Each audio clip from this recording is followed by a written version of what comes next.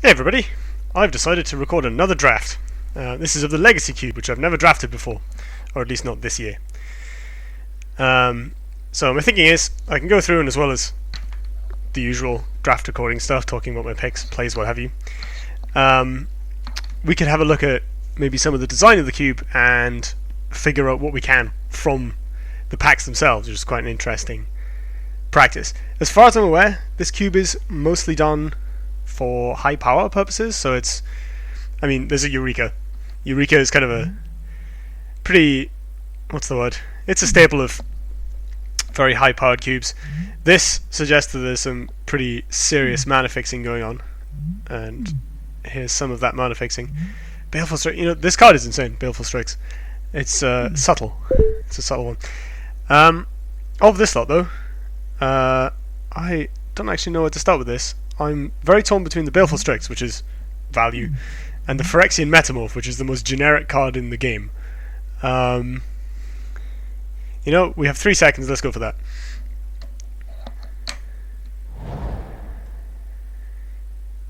Angel of Serenity, Throne. Resto's good. Deceiver Exarch. Do you reckon there's a Kiki-Jiki in here? There probably is. This is a Legacy Cube, right? Rotting Rats, okay, that's interesting. So that probably means there's some kind of graveyard archetype going on. That would also suggest such a thing.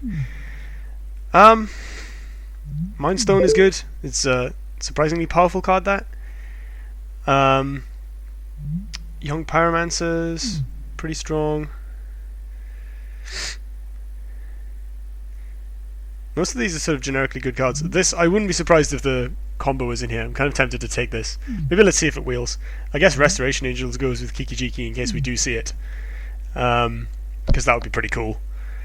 This Hall of Triumph, that's interesting. Must be an aggro archetype. You kind of see like how these ostensibly lower power level, narrower cards maybe suggest that there's an archetype involved. So like Restoration Angel, Slagstorm, these are kind of generically good cards. I'm going to take this Angel, by the way. Relic Warder is hate. But then we have the narrower stuff. Even Pyromancer might count as this. Pyromancer doesn't work without a whole bunch of spells, so there's probably an archetype that wants to play a lot of spells. Winter That's interesting. This is a strange pack. Okay, so we've got a Gaia's Cradle and a Birds, and the Woodfall Primus. There's your green deck, typical high power cube. Koth. Koth is pretty strong. I never know where to pick Koth. Do you first pick it, or do you just like see if it wheels? I can never tell how good it's supposed to be. Same with lands. I'm never sure where to pick lands in the Magic Online high power cubes. People seem to absolutely snaffle them up, but I'm there going, well, that should be good in my deck. This card, do I want this? I've never played with Winter Orb. I've heard rumours of its terrifying dominance of Legacy, but maybe I just take this, not Legacy, old formats. Maybe I just take this, yeah, I'll just take this Mirror Angel. Let's play White Flyers with value, that's generally a good idea. Well, that changes things. I'm a big fan of Recurring Nightmare, actually. As well as being a sweet archetype card, it is an archetype. Was it Rexer? Recurring Nightmare Survival of the Fittest was a Legacy deck. I think Survival of the Fittest is banned at the moment, but back in the day, this was a thing. Gideon's pretty strong. Future Sight is strong. This card is actually a lot more powerful than it looks. If you've never seen it in action before. Ophiomancer, this card is surprisingly good. You look at it, you're like, wow, that's really powerful, and then you look at it again, you're like, I guess it's only a 2/2, it doesn't kill them, but it is actually, it's as good as your first impression. This is Cloudgoat Ranger. That might wheel, because I reckon I take the most broken card of this pack of reasonably broken cards. Oh, hello. So we got a Recurring Nightmare 4th and a Liliana 5th, but there's no other black in the pack. I do not know what that means. I guess it's cube, it could mean absolutely anything. That is an interesting card. That's not a Legacy stable. Yeah, no, I assume there's some kind of so far we've seen, there's a red aggro archetype. That's a pretty safe bet anyway. There's ramp, possibly green black ramp, possibly just ramp in general. This might be here to make up bulk. I don't know how big this cube is. Phantasmal Image is pretty good. I'm a huge fan of this card actually. It's surprisingly potent. But I think I take Liliana, because if black is as open as this looks, then we might be able to do some pretty sweet tricks with it. Well, here's a Gravecrawler. That's good. There's...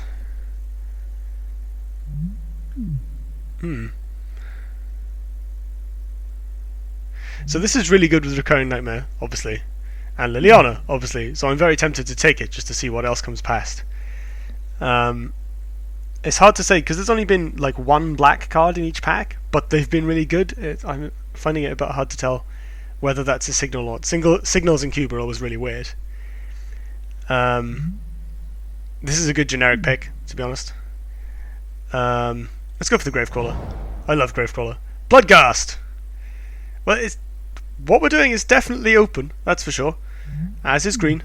Not that this card's an especially high pick, but it probably should be. This is awesome. I have this in my own cube. It's really powerful.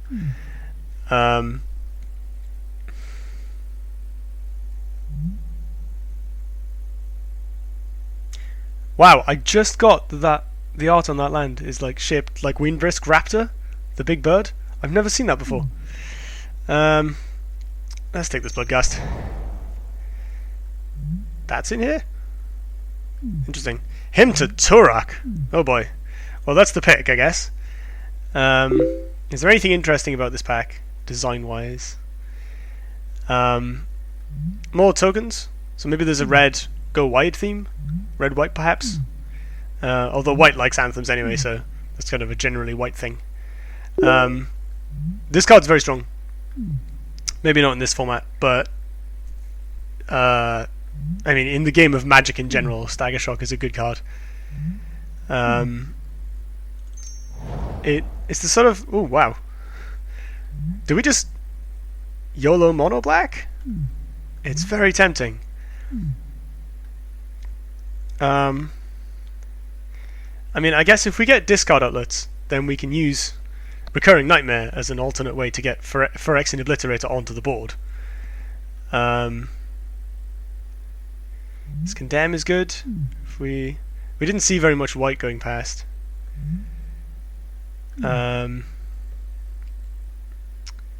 Wow.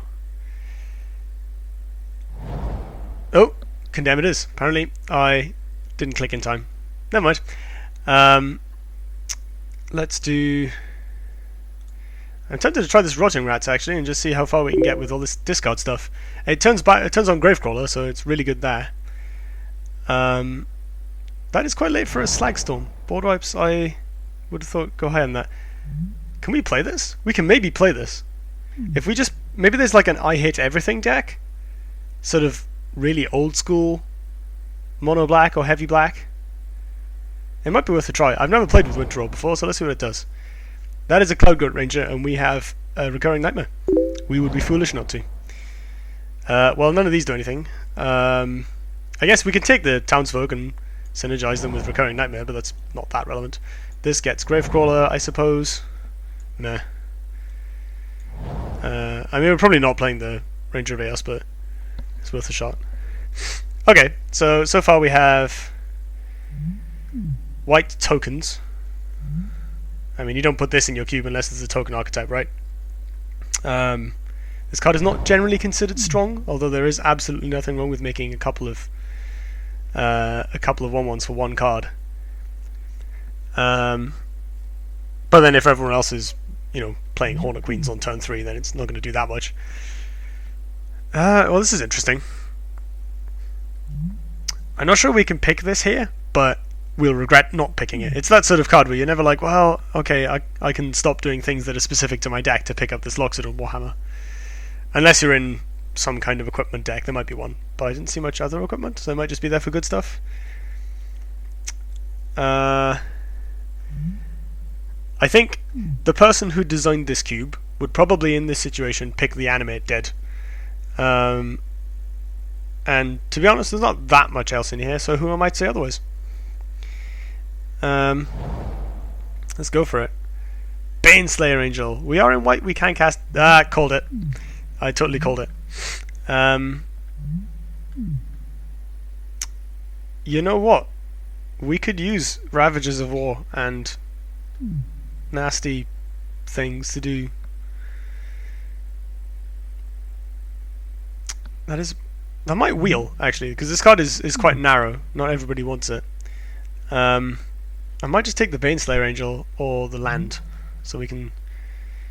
No, theoretically splashing red probably isn't worth it. Morgus Marauder, Ravagers of War, Baneslayer Angel. I do like playing giant angels with lifelink. Let's do that, and we'll try and wheel the Ravagers. Or we could play that instead. Or this Hallowed Spirit Keeper. This card is very, very good. That's probably our pick here. This card is great because it's good stuff by itself, but it also works well with wrong one, with this token archetype they've got going, because it obviously produces tokens. I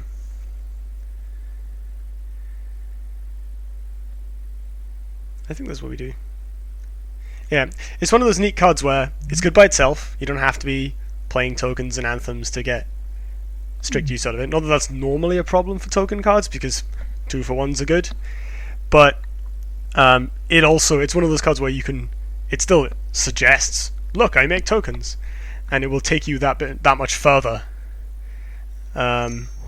if you're also making use of the tokens. That is a Griselbrand. We have an animate dead. There's an Exhume and a Corpse Dance in this pack. Probably one of them will wheel.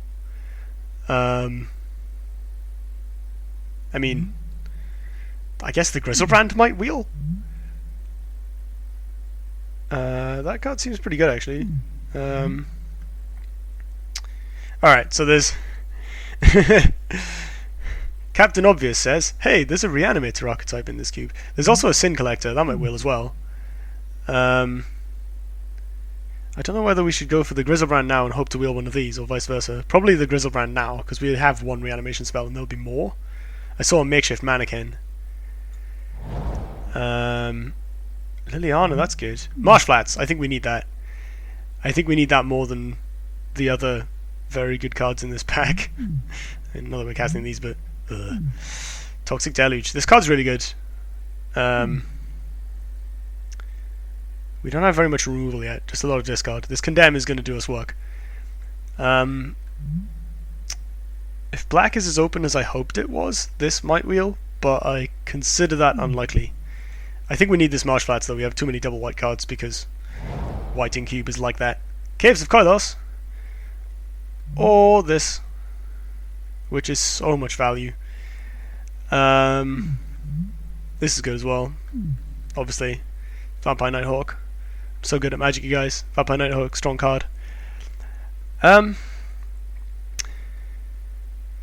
Is this going to come back? This probably isn't, because it's a land in cube. In my experience, people build decks with a ton of land online. The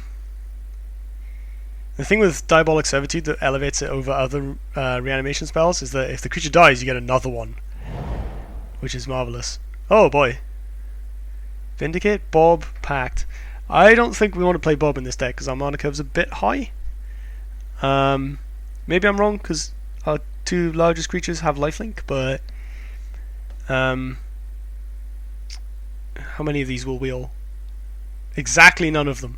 No, I count wrong. One of these will wheel. It's probably going to be the Spike Shot Elder though, because red in cube. We can't do Pact, so it's between Bob and Vindicate, and that's really difficult. Being able to blow stuff up is pretty important in cube, but so is all this card draw. Ah! No, Bob with symmetrical discard is just too good to pass up on. Entreat the Angels. Entreat the Angels. Can we run this? I don't think we can run this. I don't know if either of these do that much for us. Carrion Feeder might be good, just because of Gravecrawler. Like we can, if we pick this, we can play Ranger of Eos, fetch and Gravecrawler plus Carrion Feeder. It's also good with Diabolic Servitude. Like if they bounce or try to exile the creature, you can sacrifice it in response, so you still get your Servitude value, which is pretty solid. Yeah, let's do that. These wheeled, I'm not at all surprised. This came back as well. I'm actually kind of tempted to go for this just to get some lifelink on this board. It sounds like an odd thing to do, but in my experience, black decks in cube games I've had online have a real trouble protecting their life total. You know, you play a lot of creatures that can't block, you make discard, a lot of your spells cost you life. I think we can live without Overlord or Demon. We have some big demons already, so... and there's always more. Well, the Ravagers of War came back. That's an option. I don't know if it's an option we even go for anymore, but I think it's an... No, let's pick the Ravagers of War. Card is too strong. I don't think Mogus's Marauder is that exciting. I guess, like, reanimating Griselbrand and then casting Mogus's Marauder is pretty spicy, though. Is that worth it? That might be worth it. Even just, like, giving Baneslayer Angel haste as well. Go on in. See what we can do with it. I'm going to take this Makeshift Mannequin because it fits into what we're doing. Although I have to say, Lotleth Troll and Wild Mongrel both in this pack. It doesn't surprise me that... let's take this removal spell, I guess. It doesn't surprise me that green-black is meant to be the... Do I cut this Champion of the Parish? Yeah. The green-black is meant to be the... I'm not playing you. Sorry. It doesn't surprise me that green-black is meant to be the reanimation archetype, rather than what we're in, which is white-black. Just because green has things like Mulch and Grizzly Salvage and stuff. Like when I did Reanimator in my cube in the past, it was green-black. But I didn't really have the card pool of a cube like this, because I didn't have a lot of the old-school, really powerful reanimation spells like Animate Dead. Notably, actually, the Exhume and the Corpse Dance both didn't wheel. I guess they are just too much value. There's an Burial Rites, and we can actually pay for the flashback on it, so that's very tempting. We could try and splash for this Kaiga, which is hilarious with Recurring Nightmare. And there's a Skin Render, and I think we need some removal. We already have 3 reanimation spells, so I think I'm going to pick the Skin Render. Sorry, 4 counting the Recurring Nightmare. Which isn't so much a reanimation spell as just a game-winning engine. Yeah, I think I'll take the Skin Render.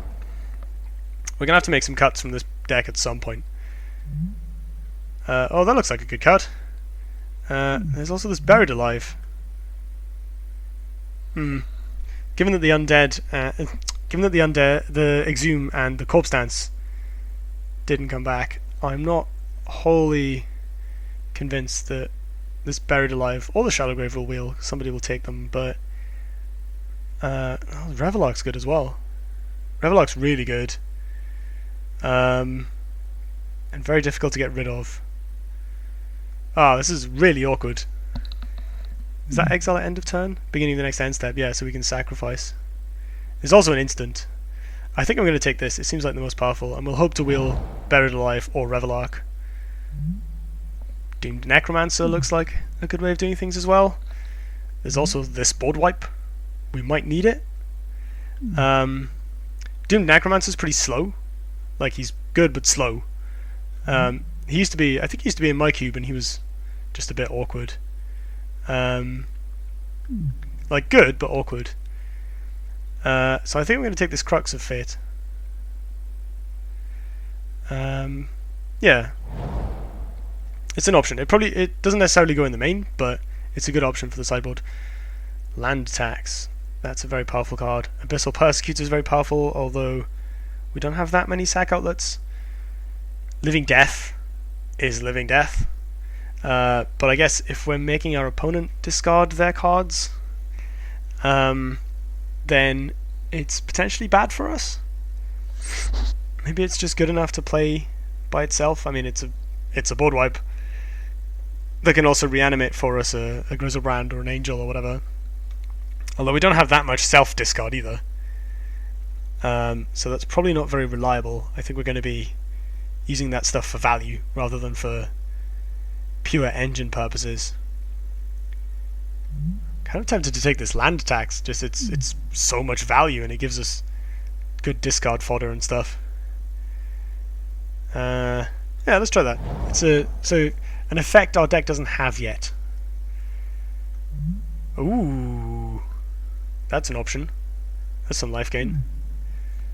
That might be an option even over the Sorin, or the Inquisition, or the O-Ring, which are all very good, but Gary in a recurring Nightmare deck? It's clearly what it's here for. What am I missing? No, I think this is about right. Certainly it's the most fun pick. What have we got here? Banisher Priest is not the sort of Fiend Hunter we want because we can't sack in response to the trigger. Herald of Torment is fine. Divinity of Pride is fine. Actually, this card...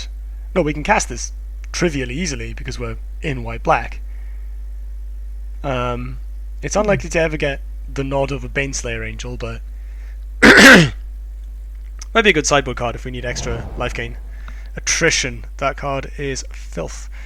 Yosei, though, in Recurring Nightmare. Oh, man. Why did these have to be in the same pack? That's mean.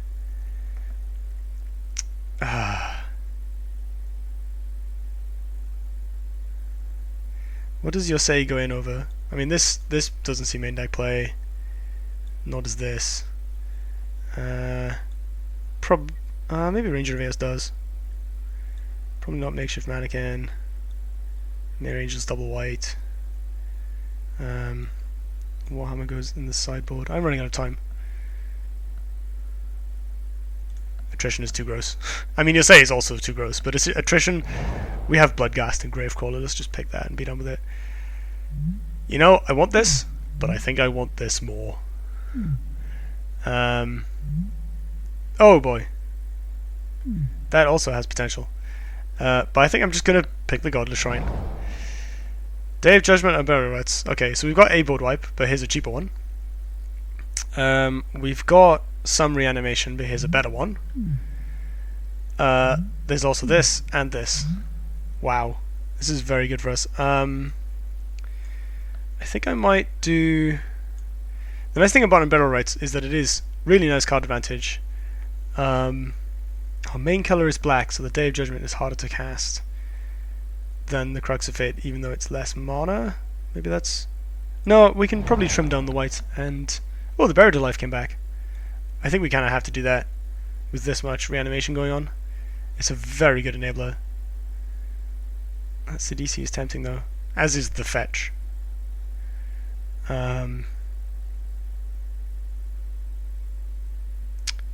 No, let's play Buried Alive. We have too much reanimation. I think we need more enablers for that. Let's just cut this so we don't lose to it. Well, I mean, that goes in, as does that. Meh. You know, if we need to sideboard into Mardu aggro, the tools are always there. Alright, how do we turn this into a deck? We've got... What? I don't think we play that.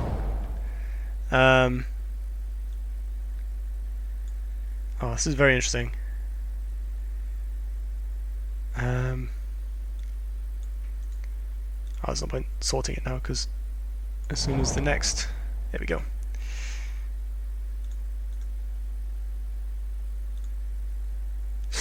That's not what I wanted. That is. Alright. So we've got 29 cards. We have land tax, which is kind of like a land. So we can maybe play 16 lands, but I... Oh, and we have this plain cycling card as well. Yeah, I think we can play 16 lands, which means we need to make 5 cuts. That's a lot of cuts. Okay. What's hard to cast? Hymn to Turak. That's easy because you can just discard it. Hallowed Spirit Keeper. We're not casting Griselbrand, so he doesn't count.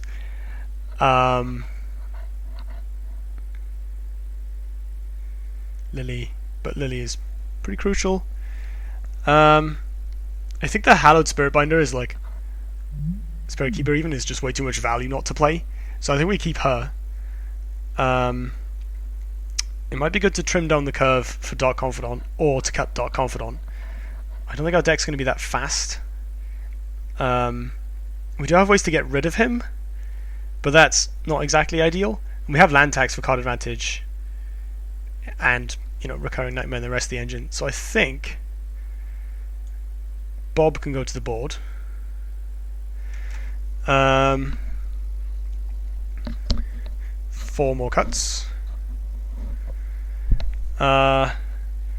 Ranger of Eos is cute. I mean, I guess it's not that likely to completely miss. And the times where it gets both of these guys is going to be awesome. That's not nothing. Sorin maybe is a cut. He's very strong but doesn't contribute directly to the engine apart from supplying tokens, which is not nothing. Mogus's Marauder might be a bit cute, given that it's very difficult for us to reanimate 2 things in 1 turn. Recurring Nightmare can be done... No, it can't be done at instant speed, can it? Oh, hang on. This is sorcery only, so maybe Marauder is worth it for that purpose. But he is taking up a deck slot, and we will draw him when we don't want to, so let's cut him. 3 more cuts. I think Rotting Rats is too good, especially as it's a zombie. How much ETB do we have for Restoration Angel? We have Skinrender, Metamorph, Gary, Cloud Goat, irrelevantly Ranger. That's 5 cards, probably enough, and the Restoration Angel is also just good in itself. So that's not nothing. Is Oust good? He asked the Ether. I do like this card, just sort of from a design perspective. It's very unusual. And it really gets rid of something. Plus the art's amazing. I guess it's pretty strong. Certainly it's stronger than the rest of the removal we have, which is not much. We have this Condemn, and then nothing. Condemn's better than Oust. Oh, we have this Attrition, actually. Maybe we can get away with just that and being extremely proactive. We have Attrition, Liliana, Skinrender, and the ability to just trade and block all day once we get the engine online is getting to that point that is the difficult part. So Oust is probably worth it just because it's so cheap. Did do this Hymn to Turok, although it is hard to cast. Okay, I still need to make more cuts. Animate Dead, Shallow Grave, Recurring Nightmare, Servitude, Rites. And Burial Rites is quite slow. Of our reanimation spells, it is probably the most cuttable, just because Servitude can reoccur more times than Burial Rites can. It's nice to be able to discard Burial Rites, but we only have a couple of discard outlets, and they're, just discard 1 card, or 1 card at a time. So we'll be using that to put creatures in the bin, not necessarily discarding rights. So I think we can cut this. It's also another card that will be like, oh well, this is useless in hand. Servitude is like cheap enough to get back a blocker if we need one. Although most of our cheap creatures can't block, so anything that we played before then would be a bit awkward.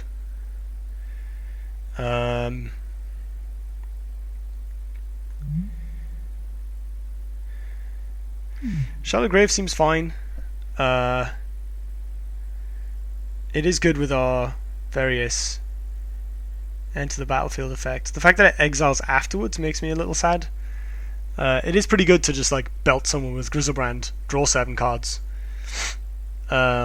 I'd pay 2 mana for that. How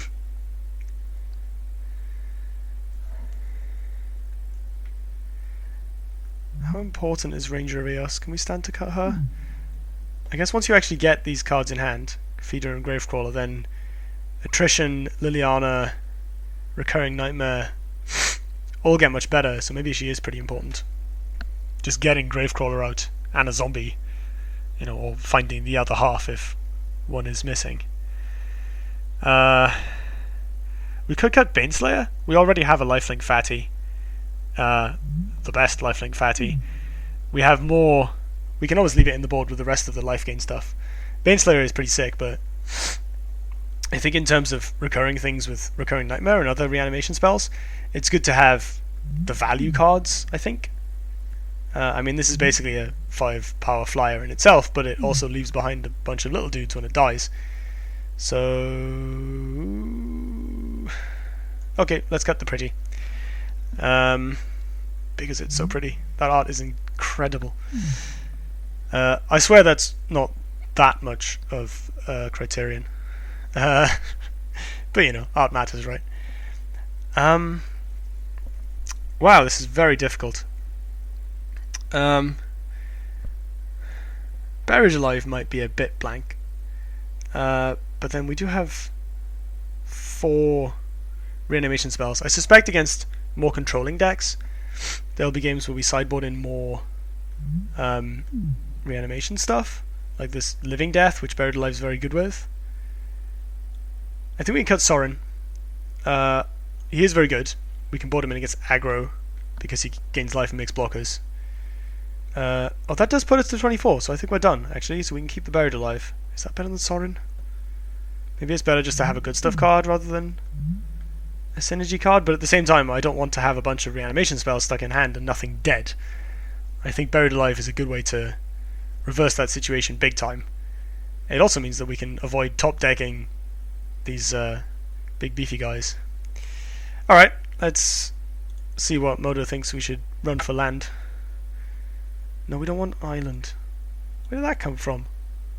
Phyrexian Metamorph. Thanks, Modo.